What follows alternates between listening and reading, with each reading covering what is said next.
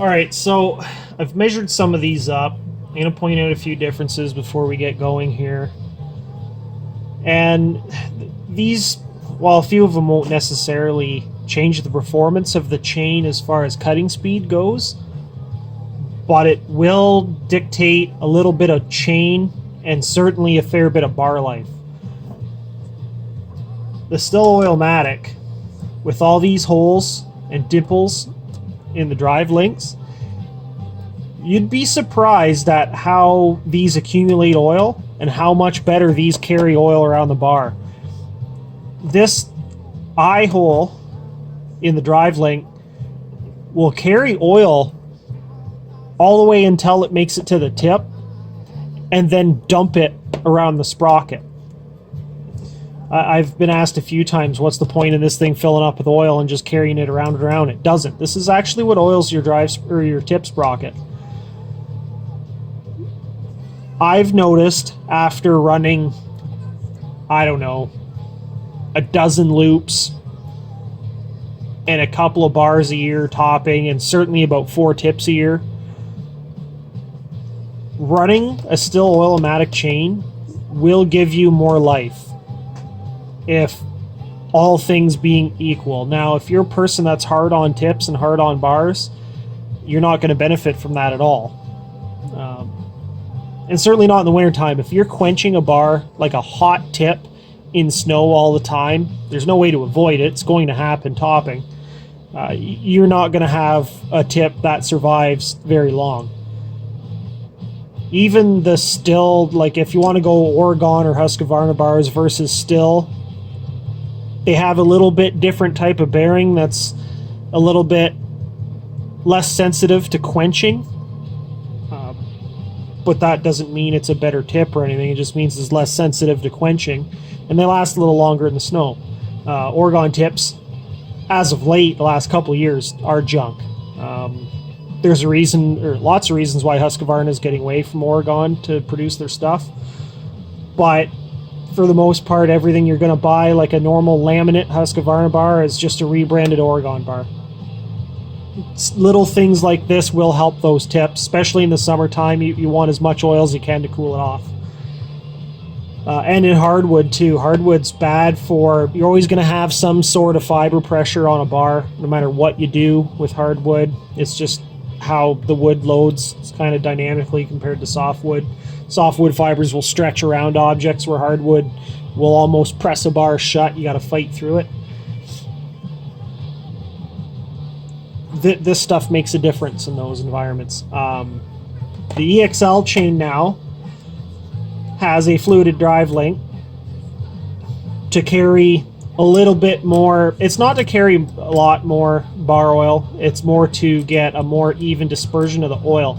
So this leading edge of the drive link that usually packs with a little bit of oil really has no reason to spread oil the entire distance inside the guide bar. It'll only kind of slurry it around in the bottom underneath this drive link, where it's usually packed full of crap because nobody cleans them out. That's the only place it's going to get oil. But now with these flutes in them, that's going to help draw some up the sides and hold it a little bit better. That's what these are for. They're not so much just for a greater volume of oil. It's just to get better dispersion of it while it's running down the guide bar. And this is the old LGX chain. Everybody knows. Some love it, some hate it. It kind of depends on what brand you're into. To get more into the differences of how these cut, both of these Oregon chains call for a 7/32 file. And there's been quite a few arguments back and forth online about file size, and most of it comes from the tooth, the cutting tooth, not anything else. The cutting tooth dictates the size of file that they want you to run. The reason for that is to maintain, see if I can get this in front of you, to maintain this gullet and this radius of side plate requires X size of file in a file guide to maintain that. So all the file guides from Oregon for a 7/32 file are going to fit this chain and cut as close to this radius and this sort of side plate as they can. That's why they call for that. If you want to run 13/64, that's fine too, but you have to understand that that's not going to work in their guides because that's not how it's set up. Same as the EXL. If I can get the teeth beside one another, probably from this side is going to be easier for you to see it.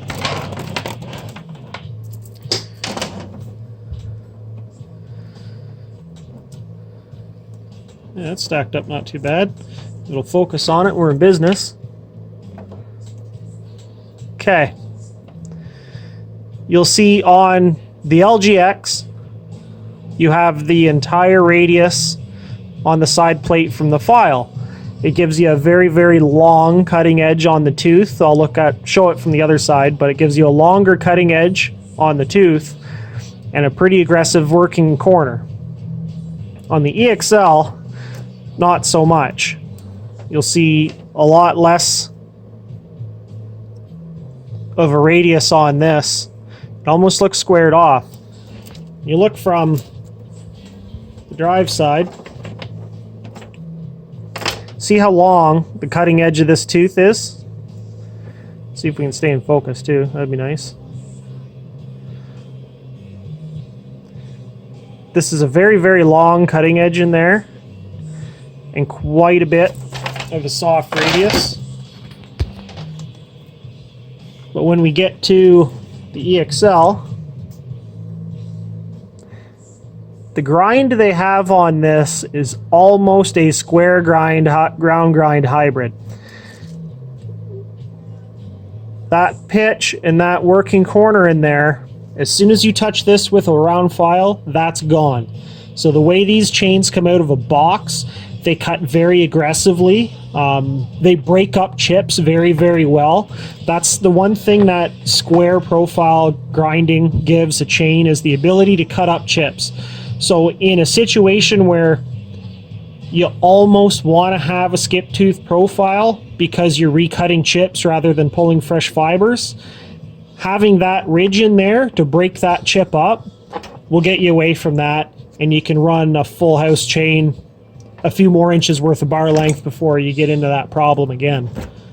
If you don't have the ability to grind that profile into the tooth and you're round filing, you're likely going to want to drop to a semi skip or even a full skip in some cases, whatever the case is. But that's what that ridge does. So the major advantage to square profile grinding is a very, very acute corner for your working edge or your working corner, and that ability to break up the chip so that that little chip is packing in here rather than a long set of fibers to get recut by the next tooth.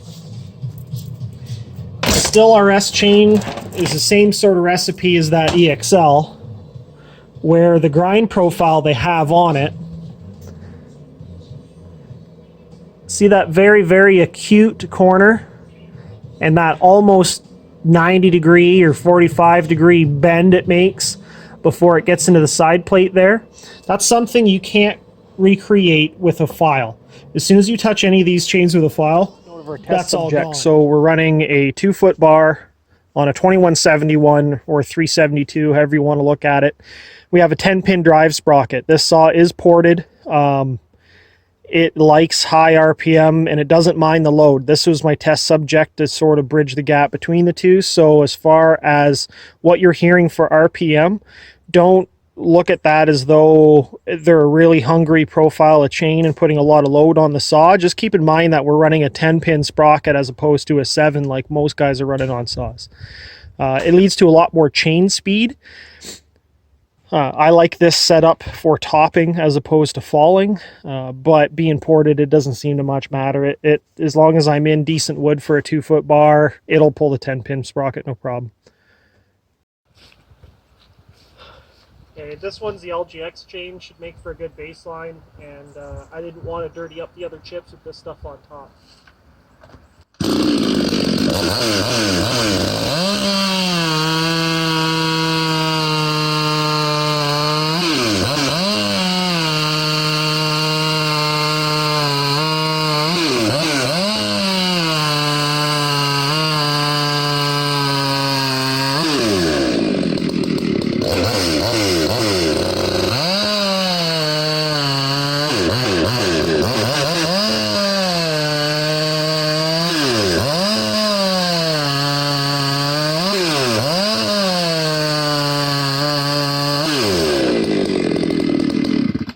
Okay, so here's the samples with the LGX. This is from that silver birch. This is the stuff from the hemlock. Mostly what you're going to see here is, see how a lot of the fibers are still integrated with one another. You're getting a fairly long chip by and large. And you're also getting these broken half chips. So what's happening here is these chips are folding over itself between the teeth, and the next tooth coming by is recutting that chip and breaking it up rather than pulling another large chip of fresh fibers.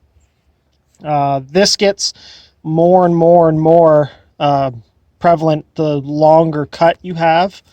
So when you get into long bars, this is why you see a lot of guys not just go to a skip tooth profile, but they'll go to a square grind so that they can break these chips up as much as possible, so the next tooth is pulling fresh fibers as opposed to it just recutting your old chips and packing. What you'll notice with these other chains as we go through here, and I'll point it out again and again just to get it by, is these newer profiles, as though they don't seem as sharp, they are breaking the chip up and pulling a good amount of fiber every time the tooth passes through wood. So instead of thinking that it's not as sharp, so it's not going to take as nice of a chip out and excavate that, you have to look at it as though it is breaking the chips up more, but it's constantly chattering and taking fresh wood as opposed to recutting old chips. Okay, this is the EXL.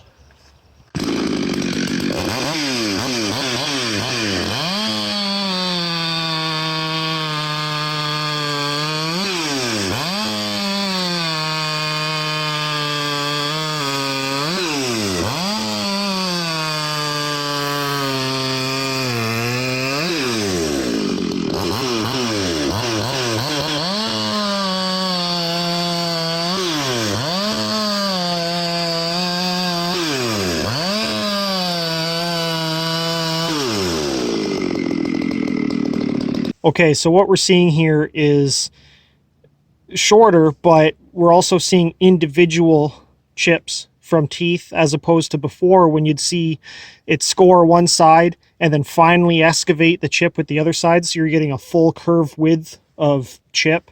Now it's breaking them up, so it's only pulling this much fiber. And then as soon as that chip starts to turn underneath the edge of that tooth and it hits that sort of ridge on the side plate, it gives it a kick and breaks it off, so that when it hits the next tooth, it's not recutting it. Same here as the hemlock. You're still getting the odd one, but you're not getting both sides of the kerf anymore like we did before. It's breaking them up enough so that you're constantly cutting good fiber. If I take a round file to this EXL chain, it's instantly an LGX chain with a slightly harder cutting tooth and a little bit better lubrication ability. That's it. Am I an advocate for EXL? Absolutely. I think it's a great chain. I like it over the LGX now. But as far as out of the box performance, you're not going to see leaps and bounds of gains between these two unless you're into longer cuts in softwood where you're having a problem with packing. If your chain's not getting packed with chips and you're still pulling good fibers and they're breaking up like this, you're good to go.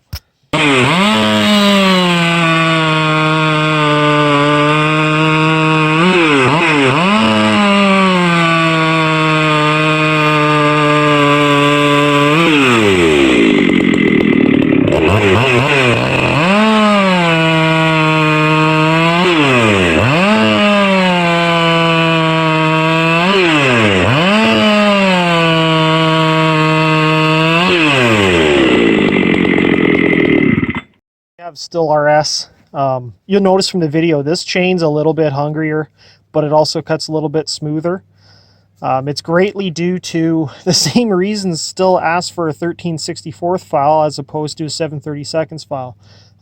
It's a little bit tighter profile. If you measure it off the center of the rivet on the drive link, they're the same as the LGX and the EXL, but they're a little bit tighter profile as far as how the top plate comes in.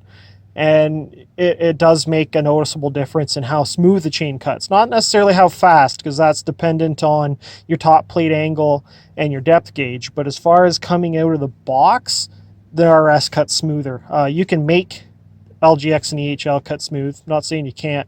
It's just as far as taking it out of the box and throwing the loop on, this is what you get.